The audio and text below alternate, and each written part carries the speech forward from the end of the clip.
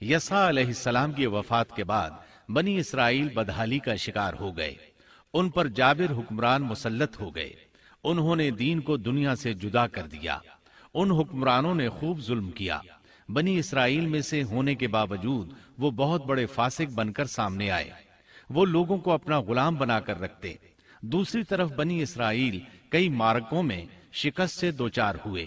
بنو عمالقہ کے ساتھ ایک معرکے میں تو انہیں نہایت بری طرح شکست ہوئی، اور بنو عمالقہ نے بنی اسرائیل سے وہ تابوت چھین لیا جو کہ لکڑی کا تھا، اور وہ اس سے برکت حاصل کیا کرتے تھے۔ اپنے مارکوں اور لڑائیوں میں وہ اس کو ساتھ لے جایا کرتے تھے۔ جب بنی اسرائیل اس کو دیکھتے تو ان پر سکینت بھی نازل ہوا کرتی تھی۔ اس تابوت میں آل موسیٰ اور آل ہارون کے باقی ماندہ آثار تھے۔ کہا جاتا ہے کہ اسی میں موسیٰ علیہ السلام کے صحیفے اور تورات کی تختیاں تھیں۔ موسیٰ علیہ السلام کا عصا بھی تھا، آپ کے کپڑے بھی محفوظ تھے۔ اسی طرح ہارون علیہ السلام کی کچھ نشانیاں بھی تھیں، بلکہ ایک روایت میں تو یہ بھی ہے کہ اس میں آسمان سے نازل ہونے والا من و سلوہ کا مرتبان بھی تھا جو وہ وادی تیہ میں کھاتے رہے تھے۔ بہرحال یہ صندوق اس معرکے میں ان کے ہاتھوں سے نکل گیا۔ اس پر بنو عمالقہ نے قبضہ کر لیا۔ اس طرح بنی اسرائیل کا افتراق اور انتشار بڑھتا چلا گیا، یہاں تک کہ بادشاہوں پر بھی اس کے اثرات پڑے اور یہ صندوق انہیں بھی نہ مل سکا۔ یہاں تک کہ اللہ کے ایک معزز پیغمبر شمویل علیہ السلام ظہور پذیر ہوئے۔ انہیں شمعون بھی کہا جاتا ہے۔ عربی زبان میں اس کے مترادف لفظ اسماعیل بنتا ہے، اور ان کا نام شمویل اس وقت عربی زبانوں کی کتابوں میں عام ہو چکا ہے۔ شمویل علیہ السلام نے دعوت توحید شروع کی، انہیں حق کی طرف بلانے لگے۔ چونکہ بنی اسرائیل اپنے انتشار اور تفرقے کو ایک عظیم مصیبت سمجھ رہے تھے، وہ ان کی دعوت کو قبول کرنے لگے۔ پھر انہیں یہ احساس ہوا کہ ایک بادشاہ کا ہونا بھی نہایت ضروری ہے تاکہ وہ ان کے دنیاوی معاملات اور سیاسی امور کی باغ ڈور سنبھالے۔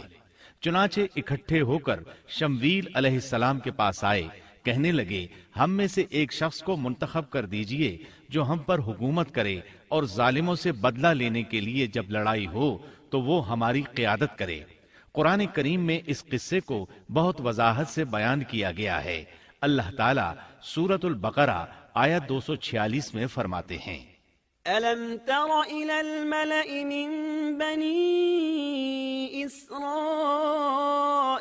مِنْ بَعْدِ مُوسَى إِذْ قَالُوا لِنَبِيٍّ لَهُمُ ابْعَثْ لَنَا مَلِكًا نُقَاتِلْ فِي سَبِيلِ اللَّهِ قال هل عسيتم إن كتب عليكم القتال ألا تقاتلوا قالوا وما لنا ألا نقاتل في سبيل الله وقد أخرجنا من ديارنا وأبنائنا فلما كتب عليهم القتال تولوا إلا قليلا منهم والله عليم بالظالمين۔ کیا آپ نے موسیٰ کے بعد والی بنی اسرائیل کی جماعت کو نہیں دیکھا جبکہ انہوں نے اپنے پیغمبر سے کہا کہ کسی کو ہمارا بادشاہ بنا دیجئے تاکہ ہم اللہ کی راہ میں جہاد کریں؟ پیغمبر نے کہا ممکن ہے کہ جہاد فرض ہو جانے کے بعد تم جہاد نہ کرو۔ انہوں نے کہا بھلا ہم اللہ کی راہ میں جہاد کیوں نہ کریں گے؟ ہم تو اپنے گھروں سے نکالے گئے ہیں اور بچوں سے دور کر دیے گئے ہیں۔ پھر جب ان پر جہاد فرض ہوا تو سوائے تھوڑے سے لوگوں کے سب پھر گئے، اور اللہ ظالموں کو خوب جانتا ہے۔ اللہ تعالیٰ فرما رہے ہیں کہ یہ واقعہ موسیٰ علیہ السلام کے بعد پیش آیا، اور علماء اس پر متفق ہیں کہ یہ شمویل علیہ السلام کا واقعہ ہے۔ بنی اسرائیل کہنے لگے اے شمویل ہمارے لیے ایک حاکم مقرر کر دیجئے تاکہ ہم اس کی سربراہی میں علم جہاد بلند کریں اور بنو عمالقہ کو شکست دے کر ان سے انتقام لیں۔ شمویل علیہ السلام اور یوشع علیہ السلام کے درمیان 460 سال کا فاصلہ ہے۔ بنی اسرائیل کو جہاد کیے ایک طویل عرصہ گزر چکا تھا جبکہ وہ فتح یاب ہوئے تھے۔ اس وقت تو وہ بری طرح شکست خوردہ تھے۔ شمویل علیہ السلام کہنے لگے، مجھے تو محسوس ہوتا ہے کہ تم صرف زبان کی حد تک یہ کہہ رہے ہو، جہاد فرض ہونے پر تم پیچھے ہٹ جاؤ گے۔ انہوں نے کہا، یہ کیسے ممکن ہے جبکہ بنو عمالقہ نے ہمیں بہت تکالیف پہنچائی ہیں، ہمیں القدس سے نکال دیا، بخت نصر بادشاہ نے ہماری بہت بڑی تعداد کو قتل کیا ہے، لہٰذا ہم تو ان سے ضرور لڑیں گے۔ پھر اللہ تعالیٰ نے شمویل علیہ السلام پر وحی نازل کی کہ جہاد فرض ہو چکا ہے۔ جب بنی اسرائیل نے یہ خبر سنی تو سوائے چند ایک کے سب نے جہاد سے منہ موڑ لیا، اور یہ وہی لوگ تھے جو کچھ دیر پہلے پختہ عہد و پیمان کر رہے تھے کہ ہم جہاد کریں گے۔ شمویل علیہ السلام کے ساتھ رہنے والوں کی تعداد 8000 تھی، جبکہ پیچھے ہٹنے والے لاکھوں کی تعداد میں تھے، اس لیے کہ جب بنی اسرائیل مصر سے آئے تھے تو ان کی تعداد 6 لاکھ تھی، اور اس وقت تک تعداد بہت بڑھ چکی تھی۔ اب جو لوگ جہاد کے لیے تیار ہوئے انہوں نے پوچھا کہ ہماری قیادت کون کرے گا؟ شمویل علیہ السلام نے انہی میں سے ایک شخص طالوت کو منتخب کیا۔ طالوت بن قیش یعقوب علیہ السلام کے بیٹے بنیامین کی نسل سے تھا۔ طالوت سے پہلے بنی اسرائیل کے جتنے بادشاہ تھے تمام کے تمام یہودا بن یعقوب کی نسل سے تھے۔ بنی اسرائیل کو بہت تعجب ہوا، انہیں امید تھی کہ ان کا بادشاہ یہودا کی نسل سے ہوگا، لیکن ہو گیا بنیامین کی نسل سے۔ چنانچہ انہوں نے اسے تسلیم کرنے سے انکار کر دیا اور آگے سے باطل تعویلات کرنے لگے۔ اللہ تعالیٰ سورۃ البقرہ آیت 247 میں فرماتے ہیں، وقال لهم نبيهم إن الله قد بعث لكم طالوت ملكا قالوا أنا يكون له الملك علينا ونحن أحق بالملك منه ولم يؤت سعة من المال قال إن الله اصطفاه عليكم وزاده بسطة في العلم والجسم والله يؤتي ملكه من يشاء والله واسع عليم۔ اور ان سے ان کے نبی نے فرمایا کہ اللہ تعالیٰ نے طالوت کو تمہارا بادشاہ بنا دیا ہے، تو وہ کہنے لگے کہ بھلا اس کی ہم پر حکومت کیسے ہو سکتی ہے؟ اس سے تو کہیں زیادہ بادشاہت کے حقدار ہم ہیں، اس کو تو مال میں فراخی بھی نہیں عطا کی گئی ہے۔ نبی نے فرمایا، سنو، اللہ تعالیٰ نے اسی کو تم پر برگزیدہ کیا ہے، اسے علمی اور جسمانی برتری بھی عطا فرمائی ہے۔ بات یہ ہے کہ اللہ جسے چاہے اپنا ملک دے، اللہ تعالیٰ کشادگی والا، علم والا ہے۔ طالوت ایک غریب آدمی تھا، مالی حیثیت بھی اچھی نہیں تھی، چمڑوں کو رنگ کر پیٹ پالتا تھا، لیکن اس وقت علم و حکمت میں اس کا کوئی ثانی نہیں تھا، اور جسمانی ڈیل ڈول بھی اس قدر تھا کہ جو ایک بار دیکھتا ہی رہ جاتا۔ اللہ نے اسے بہت اچھا جسم اور اعضاء عطا فرمائے تھے، رنگ بھی سفید تھا، لیکن چونکہ وہ یہودا کی نسل سے نہیں تھا، اس لیے وہ کہنے لگے، اس کی نسبت تو ہم زیادہ حقدار ہیں کہ بادشاہ بنے۔ ان کی بات کا جواب شمویل علیہ السلام نے یہ دیا کہ یہ انتخاب میرا نہیں، اللہ تعالیٰ کا ہے، اور بادشاہت کے لیے عقل اور جسمانی طاقت کی ضرورت ہوتی ہے۔ بادشاہت یوں بھی اللہ کے اختیار میں ہے، جسے چاہے عطا کر دے۔ یہ سن کر ان میں سے اکثر نے لڑنے سے انکار کر دیا، اللہ کے نبی کی اطاعت بھی چھوڑ گئے۔ اس نازک موقع پر شمویل علیہ السلام نے ان سے کہا، اگر میں تمہارے پاس کوئی ایسا نشان اور معجزہ لے آؤں جو ثابت کر دے کہ یہ اللہ کا انتخاب ہے، تو کیا تم میری باتوں پر یقین کر لو گے؟ وہ کہنے لگے، جی ہاں۔ چنانچہ اللہ نے انہیں ایک معجزہ عطا فرمایا۔ اس کا ذکر سورۃ البقرہ آیت 248 میں آیا ہے۔ وقال لهم نبيهم إن آية ملكه أن يأتيكم التابوت فيه سكينة من ربكم وبقية مما ترك آل موسى وآل هارون تحمله الملائكة إن في ذلك لآية لكم إن كنتم مؤمنين۔ ان کے نبی نے ان سے پھر کہا کہ اس کی بادشاہت کی ظاہری نشانی یہ ہے کہ تمہارے پاس وہ صندوق آ جائے گا جس میں تمہارے رب کی طرف سے دل جمعی ہے، اور آل موسیٰ اور آل ہارون کا بقیہ ترکہ ہے، فرشتے اسے اٹھا کر لائیں گے، یقیناً یہ تو تمہارے لیے کھلی دلیل ہے اگر تم ایماندار ہو۔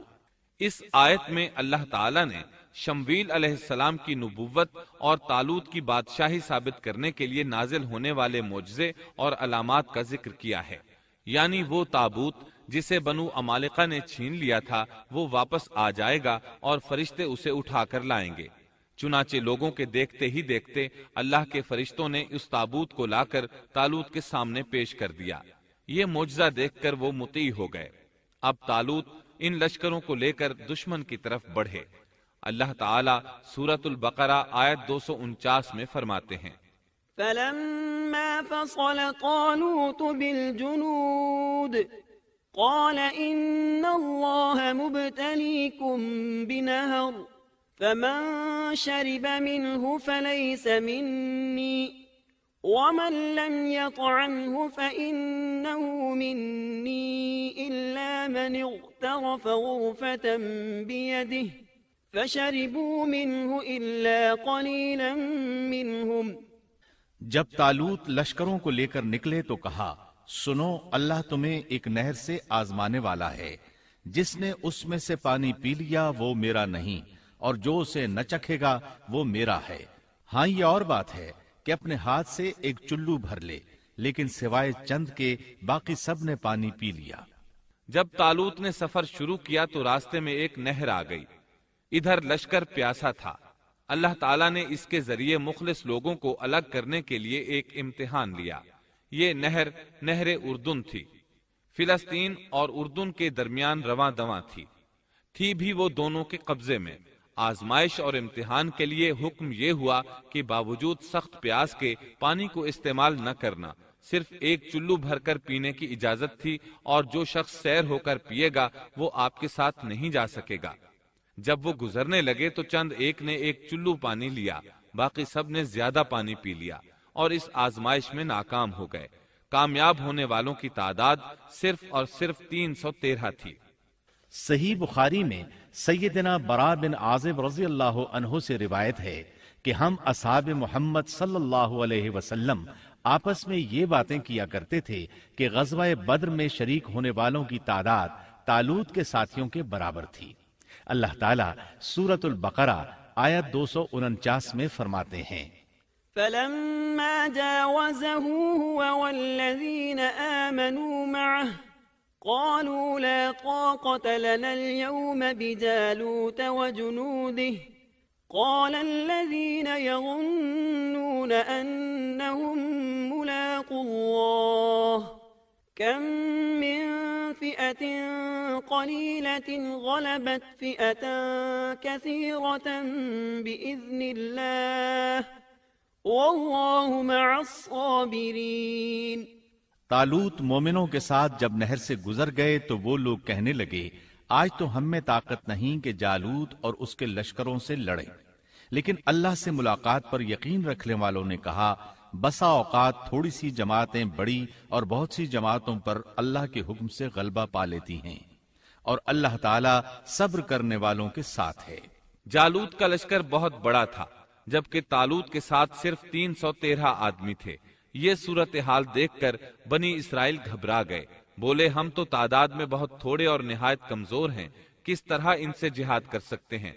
لیکن ان میں سے کچھ لوگ نہایت پارسا اور اللہ پر یقین رکھنے والے تھے۔ یہ اور شمویل علیہ السلام دوسروں کا حوصلہ بڑھانے لگے، آخر وہ لڑائی پر تیار ہو گئے، مقابلہ ہوا۔ ولما برزوا لجالوت وجنوده قالوا ربنا أفرغ علينا صبرا وثبت أقدامنا وانصرنا على القوم الكافرين۔ اور جب ان کا جالوت سے اور اس کے لشکر سے مقابلہ ہوا تو انہوں نے دعا مانگی کہ اے پروردگار ہمیں صبر دے، ثابت قدمی دے اور کفار کے مقابلے میں ہماری مدد فرما۔ مقابلہ شروع ہوا۔ جالوت اپنے لشکر سے نکلا اور مقابلے کے لیے للکارا۔ یہ بہت طاقتور تھا، اس کا پورا بدن اسلحے سے لیس تھا۔ مسلمان اسے دیکھ کر ڈر گئے۔ طالوت نے اپنے ساتھیوں سے کہا، کون اس کے مقابلے میں نکلے گا؟ سب خاموش رہے۔ اس کے لشکر سے ایک نوجوان نکلا، یہ داؤد علیہ السلام تھے۔ اس وقت یہ صرف 16 سال کے تھے۔ یہ رسی میں پتھر باندھ کر اس کو گھما کر پھینکنے کے ماہر تھے۔ نشانہ زبردست تھا، پتھر بہت تیزی سے جاتا تھا، اس کی ضرب بہت شدید ہوتی تھی۔ جالوت نے انہیں دیکھ کر مذاق اڑایا۔ اس نے کہا، نوجوان تم ابھی بچے ہو، واپس جاؤ، میرے مقابلے میں کسی بڑے کو بھیجو۔ داؤد علیہ السلام نے اپنی رسی کو گھمایا، اس میں بندھے ہوئے 3 پتھر خاص انداز سے پھینک دیے۔ تینوں گولی کی رفتار سے آئے اور اس کے ماتھے پر لگے۔ جالوت کا سر پاش پاش ہو گیا اور وہ مر گیا۔ اس کے مرتے ہی جالوت کے لشکر میں خوف ہراس پھیل گیا۔ طالوت نے اپنے 313 مجاہدوں کے ساتھ ان پر حملہ کر دیا۔ ان میں کھلبلی مچ گئی، سنبھل نہ سکے، پیٹھ پھیر کر بھاگے۔ فهزموهم بإذن الله وقتل داود جالوت۔ بس اللہ تعالیٰ کے حکم سے انہوں نے جالوتیوں کو شکست دے دی اور داود کے ہاتھوں جالوت قتل ہو گیا۔ یوں اللہ تعالیٰ نے بنی اسرائیل کو دوبارہ غلبہ عطا فرمایا۔ فتح کے بعد طالوت نے داود علیہ السلام کو اپنا داماد بنا لیا۔ اس طرح داود علیہ السلام طالوت کے بعد بادشاہ بنے۔ اللہ تعالیٰ سورۃ البقرہ آیت 251 میں فرماتے ہیں، وآتاه الله الملك والحكمة وعلمه مما يشاء۔ اور اللہ تعالیٰ نے اسے بادشاہت اور حکمت عطا فرمائی اور جتنا کچھ چاہا علم بھی عطا فرمایا۔ اس طرح اللہ تعالیٰ نے داود علیہ السلام کو بنی اسرائیل کا بادشاہ بنا دیا۔ بادشاہت اور نبوت ان کے پاس جمع ہو گئی۔